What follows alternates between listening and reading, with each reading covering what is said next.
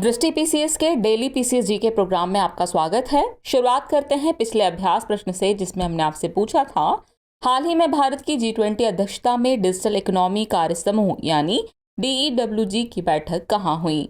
आपके ऑप्शन थे option A Lucknow, option B Ahmedabad, option C Indore या फिर ऑप्शन डी चेन्नई। तो इस प्रश्न का सही उत्तर है विकल्प ए लखनऊ।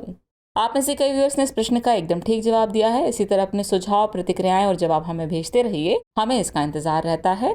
चलिए अब इस प्रश्न से संबंधित आगे की बात को एक्सप्लेनेशन से समझते हैं। हाल ही में भारत की G20 अध्यक्षता के दौरान G20 की पहली डिजिटल इकोनॉमी वर्किंग ग्रुप यानी DEWG की बैठक लखनऊ में हुई, इसलिए विकल्प ए सही है। DEWG की 3 दिवसीय बैठक 13 से 15 फरवरी 2023 तक आयोजित हुई। बैठक की मेजबानी केंद्रीय इलेक्ट्रॉनिक्स और सूचना प्रौद्योगिकी मंत्रालय ने की। इस तरह इस प्रश्न का सही उत्तर है विकल्प ए लखनऊ। चलिए अब शुरुआत करते हैं आज के एपिसोड की। तो आज के एपिसोड का पहला प्रश्न है, G20 की संस्कृति कार्य समूह की पहली बैठक कहाँ आयोजित की जाएगी? आपके ऑप्शन है नई दिल्ली, अहमदाबाद, खजुराहो या फिर भुवनेश्वर। तो इस प्रश्न का सही उत्तर है विकल्प सी खजुराहो। चलिए एक्सप्लेनेशन देखते हैं। G20 की संस्कृति कार्य समूह की पहली बैठक मध्य प्रदेश के खजुराहो में आयोजित की जाएगी, इसलिए विकल्प सी सही है। संस्कृति मंत्रालय 22 से 25 फरवरी 2023 तक इस बैठक का आयोजन करेगा। इस कार्य समूह की 4 बैठकें आयोजित होंगी। इन्हें खजुराहो, भुवनेश्वर और हम्पी में आयोजित किया जाएगा। हालांकि बैठक का आखिरी स्थल तय किया जाना अभी बाकी है। आपको बता दें, खजुराहो बैठक के लिए थीम है सांस्कृतिक संपदा का संरक्षण और बहाली। गौरतलब है कि खजुराहो एक प्राचीन शहर है जो अपने भव्य मंदिरों और विस्तृत मूर्तियों के लिए जाना जाता है। ये यूनेस्को के विश्व धरोहर स्थल के तौर पर प्रसिद्ध है। आपको बता दें, खजुराहो समूह के स्मारकों का निर्माण चंदेल राजवंश द्वारा 950 से 1050 ईस्वी के बीच करवाया गया था। इस तरह इस प्रश्न का सही उत्तर है विकल्प सी खजुराहो। चलिए अगला प्रश्न देखते हैं। हाल ही में प्रधानमंत्री मोदी ने राजस्थान के किस जिले में जल जन अभियान का वर्चुअली उद्घाटन किया? आपके ऑप्शन है जयपुर, जैसलमेर, सिरोही या फिर उदयपुर। तो इस प्रश्न का सही उत्तर है विकल्प सी सिरोही। हाल ही में प्रधानमंत्री मोदी ने राजस्थान के सिरोही जिले के आबू रोड स्थित ब्रह्म कुमारी संस्थान के शांतिवन में जल जन अभियान का वर्चुअली उद्घाटन किया। यह कार्यक्रम जल शक्ति मंत्रालय और ब्रह्म कुमारी संस्थान के संयुक्त तत्वावधान में आयोजित किया जा रहा है। इसका मकसद देश भर में 5000 से अधिक जल निकायों को संरक्षित करना और नए जल निकायों का निर्माण करना है। ब्रह्म कुमारी संस्थान के बारे में बात करें तो इसकी स्थापना 1936 में हुई थी। यह एक विश्वव्यापी आध्यात्मिक आंदोलन है जो व्यक्तिगत परिवर्तन और विश्व नवीकरण के लिए समर्पित है।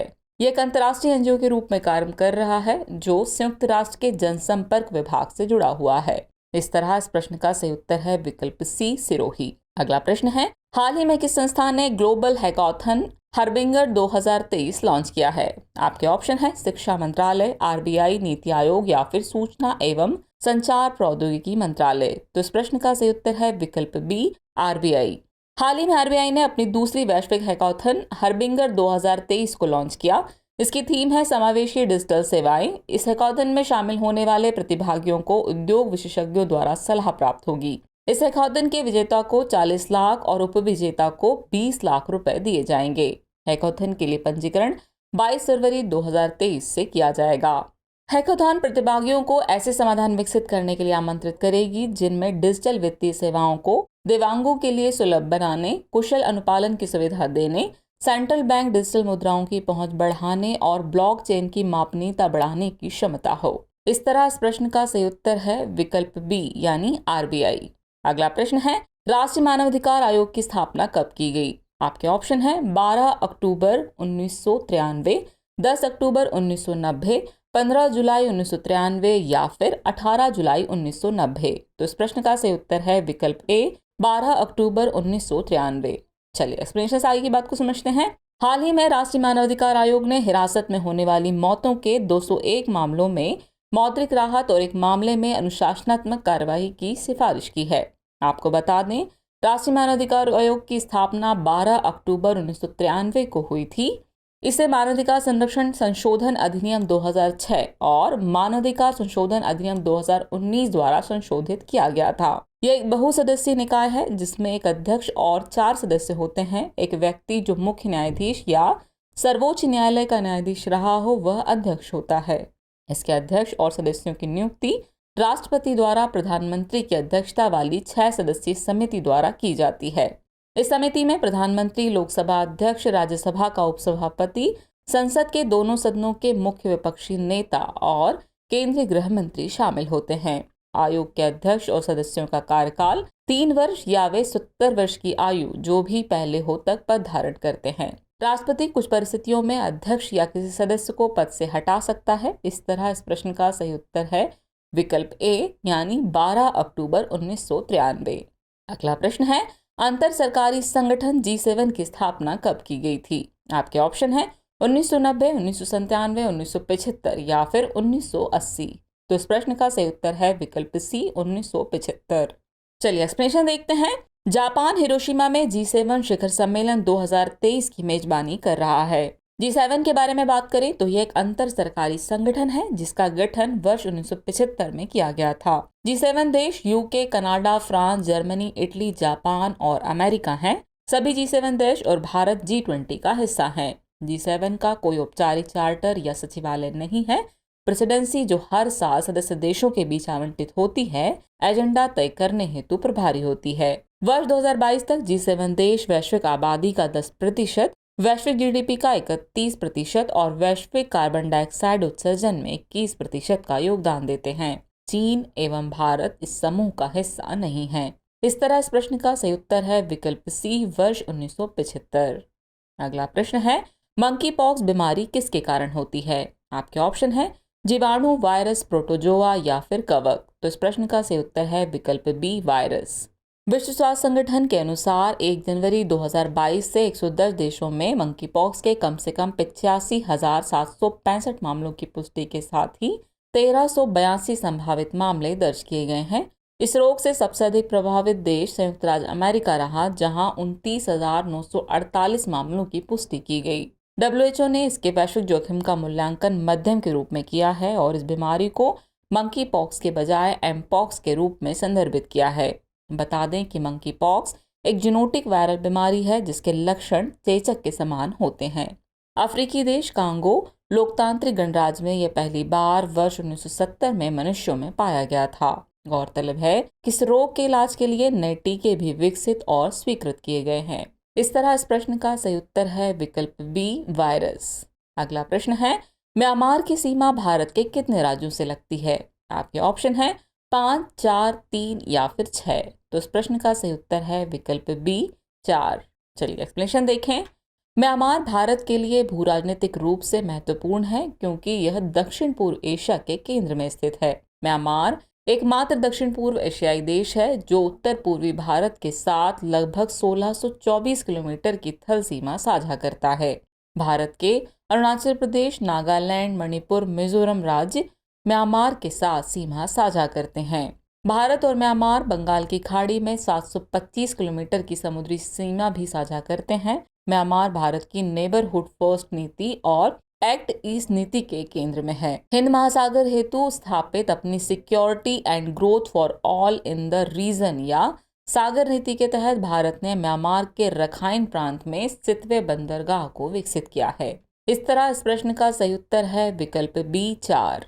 अगला प्रश्न है, वित्तीय विकेंद्रीकरण की शुरुआत किसने की? आपके ऑप्शन है Lord Ripon, Lord Mayo, Lord Auckland या फिर उपयुक्त में से कोई नहीं। तो इस प्रश्न का सही उत्तर है विकल्प बी, लॉर्ड मेयो।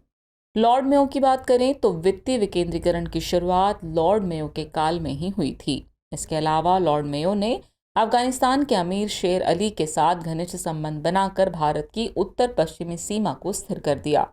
मेयो ने 1871 में भारत की पहली जनगणना का आदेश दिया जिसने महाद्वीप के विभिन्न लोगों और उनकी जनसंख्या के आकार की एक सामान्य तस्वीर पेश की।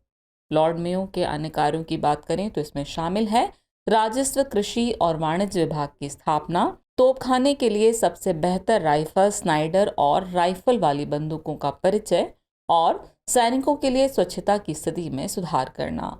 इस तरह इस प्रश्न का सही उत्तर है विकल्प बी, लॉर्ड मेयो।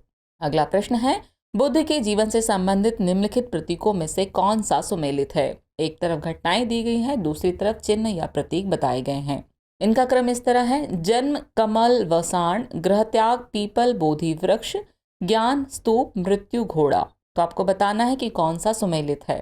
तो इस प्रश्न का सही उत्तर है विकल्प ए, यानी कि जन्म, कमल व सांड व प्रतीक जो है वो इससे सुमेलित हैं। चलिए इसमें से आगे की बात को समझें। बुद्ध के जन्म की घटना का प्रतीक कमल व सांड है, इसलिए विकल्प ए सही है। सिद्धार्थ ने 29 वर्ष की अवस्था में सांसारिक समस्याओं से व्यथित होकर गृह त्याग कर दिया।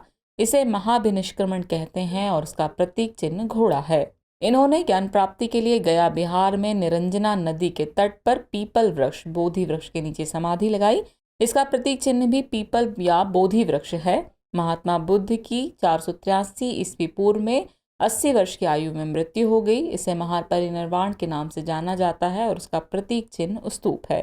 गौतम बुद्ध के बारे में बात करें तो इनका जन्म 563 ईस्वी पूर्व में हुआ था। इनका जन्म नेपाल के लुम्बिनी में हुआ था।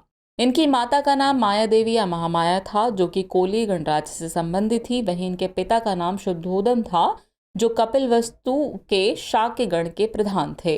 इनका पालन पोषण इनकी मौसी प्रजापति गौतमी के द्वारा किया गया था। इस तरह इस प्रश्न का सही उत्तर है विकल्प ए, जन्म की घटना कमल व सांड से मैच करती है।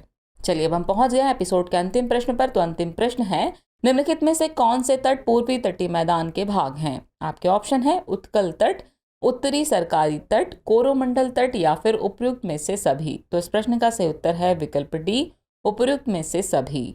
पूर्वी तटीय मैदान की बात करें तो पूर्वी घाट और बंगाल की खाड़ी के तट के बीच निर्मित मैदान को पूर्वी तटीय मैदान कहा जाता है। इस मैदान को दक्षिण पश्चिम मानसून और उत्तर पूर्वी मानसून दोनों से वर्षा प्राप्त होती है।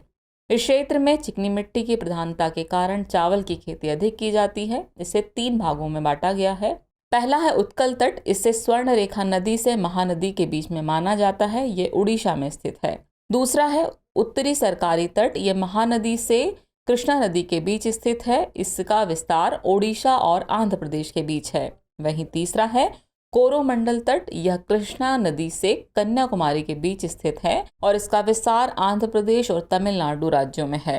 इस मैदान में गोदावरी और कृष्णा नदियों के डेल्टा में कोलुरु झील स्थित है। चिल्का और पुलिकट लैगून झीलें भी पूर्वी तटीय मैदान में स्थित है।